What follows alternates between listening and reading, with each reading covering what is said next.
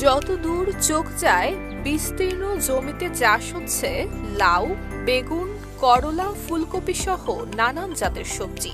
শীত আসার আগেই আগাম এসব সবজি চাষে ব্যস্ত সময় পার করছেন মানিকগঞ্জের ৭ উপজেলার কৃষকরা।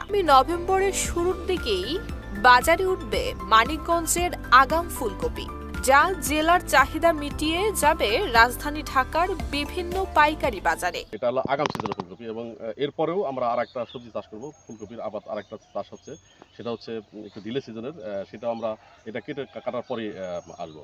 আমি ধারাবাহিকভাবে সারা বছরই টুকটাক সবজির আবাদ করি।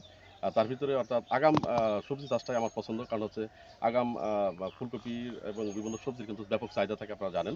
এই জন্য আমি আগাম চাষ করি এবং প্রতি বছরই আগাম চাষ করি। তো গত বছরের তুলনায় এবার আর একটু বেশি করেছি। তো আশা করা যায় এবার আবহাওয়া ভালো, এবং আবহাওয়া ভালো থাকার কারণে আমাদের মোটামুটি বাম্পার ফলন হওয়ার সম্ভাবনা রয়েছে, এবং এ থেকে আমরা ব্যাপক লাভবান হওয়ার সম্ভাবনা আমরা রয়েছে, আল্লাহ যদি দেয়। বিভাগ বলছে চলতি মৌসুমে জেলার ১০,৯৫০ হেক্টর জমিতে হচ্ছে সবজি চাষ। এর মধ্যে ২,০০০ হেক্টর জুড়ে আগাম জাতের শীতকালীন সবজি।